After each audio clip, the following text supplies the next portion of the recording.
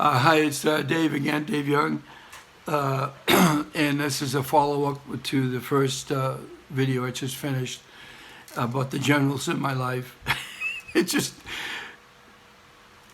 the first general was a general I had met in Israel, washing dishes. The second general was when I was in Vietnam. I was with two units. I was in country 20 months, 11 days, 8.5 hours, with one 44-day leave and another time in Australia when I was in country, and went out there. Oh boy! And so in 1970. So I got there in September '68. Now it's January, February 1970. As it turns out, I'll be leaving in April. And our unit was 11th Motor Transport Battalion. And as we noticed that me being one of the sergeants and people in general that are there and doing the work. That there was a de-escalation going on. We were somewhat aware of what was going on outside the country. The American government and the war started, and for our physical involvement was started in '65 when the Marines landed, and here it is 70, and it's going to go on for another 5 years as it turns out. But we're aware that the government of the United States was slowly, they had plans to just get out of Vietnam, and it didn't happen overnight. And but we're in a truck battalion. We had about 800 men in the battalion. We serviced 4 combat bases. Four combat bases on daily resupply runs. And so as time was going on, my time there, the battalion kept growing in trucks and other tracked vehicles, because as things de-escalated, slowly but surely, we kept getting more and more equipment from other units that were leaving Vietnam. And so in the midst of that, and it was something, I was in communications. I was in charge of what was called the tech shop. I was in charge of, I had 3 corporals under me to repair radios, service any kind of communication equipment, antennas, wire, radios, what makes radios work. And as the battalion grew, about 3 or 4 months before where I'm talking about, the colonel says, we need more radios, Sergeant Young. And, I was in his office a lot, standing tall and just calmly listening to what he needs. And so I put things on order, but, we weren't getting them. And then he kept saying, look, we need 30 more radios, 20, 25, 30 radios. And I said, well, they're all in order. I said, Sergeant Young, you don't understand. He's looking at me eyeball to eyeball. He's a lieutenant colonel. He says, we need them, and we need them yesterday. Find them and get them. Yes, sir. So I'm under orders. I call around, and I find out that the Marine Corps has another inventory supply system. I didn't know anything about it.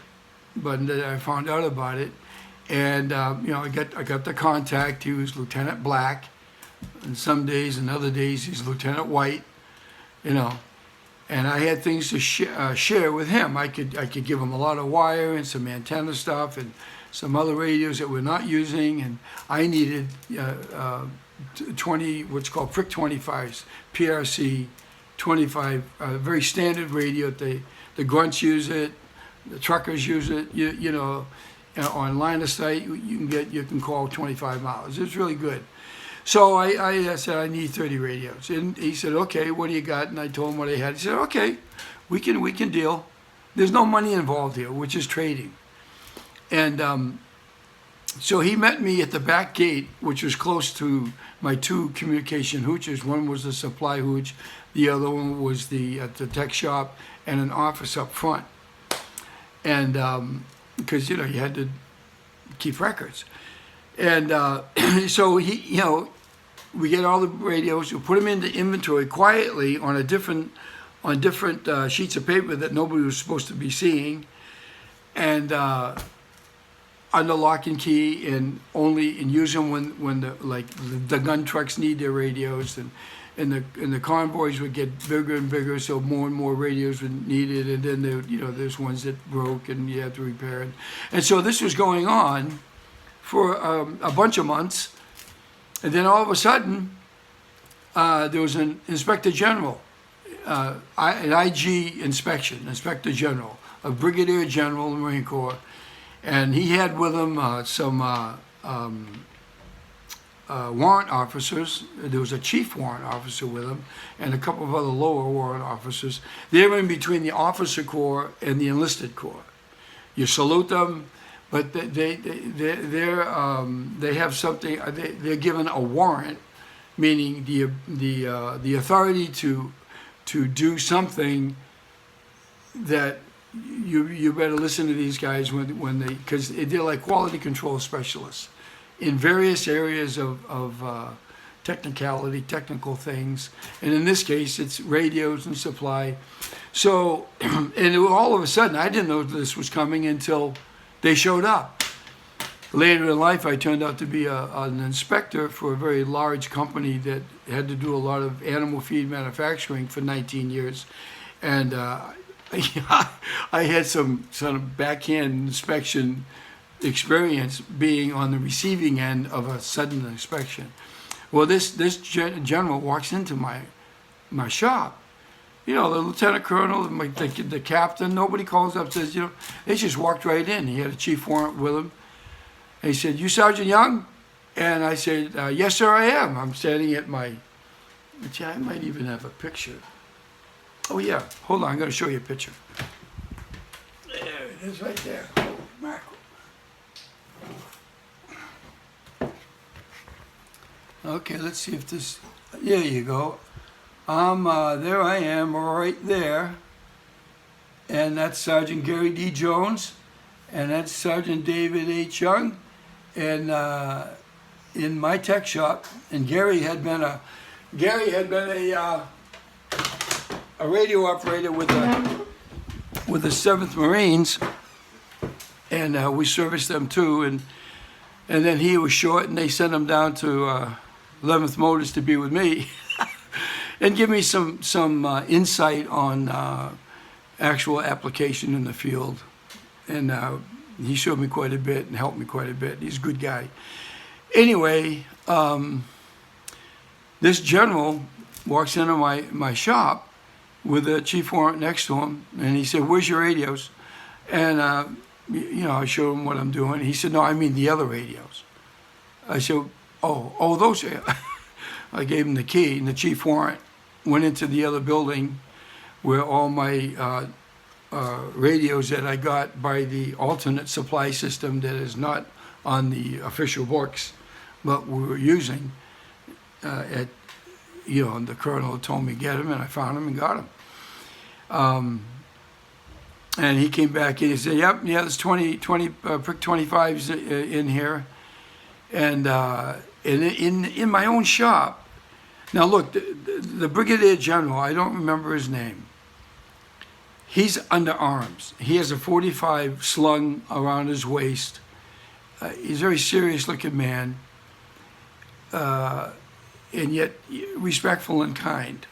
He wasn't a jerk. He was a really good guy. But he came in with his cover on his head, his Marine, we call hats the covers, under arms, because when you're indoors, you're under arms, you have to wear your cover.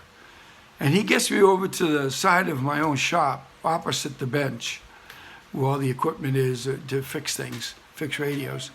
and we're leaning up, almost just about leaning up against the wall, and he's looking at me eyeball to eyeball. He said, "Sergeant Young, where did you get the radios?" I said, "Well, the colonel said you got to get these radios," and I said, "They're on order." He said, "Get them." And so I called him on, sir, and I found them. And then he said, "Well, who helped you find them? Who's the contact?" And he saw me hesitate, and he said, "Sergeant Young, this is out of school." Now, out of school means you tell me the truth, you're not going to be prosecuted, or, you know. And I still hesitated a moment, and he looked at me in the eyes, and he took his cover off. He took his hat off. He said, "Where'd you get the radio, Sergeant?" And I said, "Well, I called this Lieutenant Black."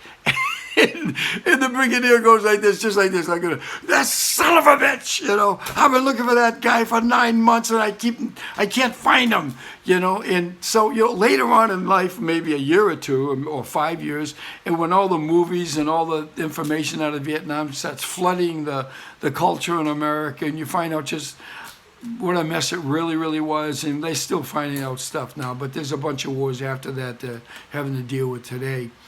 I'm just an old Marine sergeant. I'm going to be 76 on September 19th. That's not far from now. Anyway,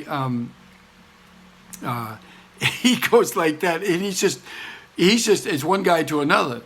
And he said, he was talking to me, "I've been looking for that SOB for 9 months, you know," and I said, "Well, sir, I know that he goes by different names, because when I first called him, he was Lieutenant Black, and when I called him again, he said, it's Lieutenant White." So I understand. I didn't go on like counseling this general, but I said, "I really understand, sir." And he looked at me. He said, "Thank you, Sergeant Young. Don't worry. Don't worry." And as it turns out, you know, they gave me a Navy Achievement Medal with a Combat V on it. I mean, you know, I didn't know. I remember getting the award, but you know, I'm still. It was a long time. You know, months of thinking every day, "I'm on my ass is grass. I'm going to end up in the brig," you know, and no, nothing ever. You know, and then when you get blessed and you realize that you're doing the right thing, and that God really likes that kind of thing, and He is my captain. He understands the military. Jesus Christ is my captain. He's the captain of my salvation, and I sure hope He's your captain too. And if He's not, I just give your life to Him. I'm as normal as rain. I'm a regular guy, and you know, we're still going. He's coming back, and we're still going through the life, walking with Him, working out our own salvation with fear and trembling, as my dear wife says a lot. And it's a real pivot point that you need to get if you're a Christian. Work out your own salvation. It's real personal with God, with fear and trembling. The Lord loves the fear of the Lord. So embrace that. So this is another 13 minutes and a half. Holy mackerel. I'm going to let this stuff go, and I sure hope you watch it. God bless you. Signing off. Dave Young saying bye.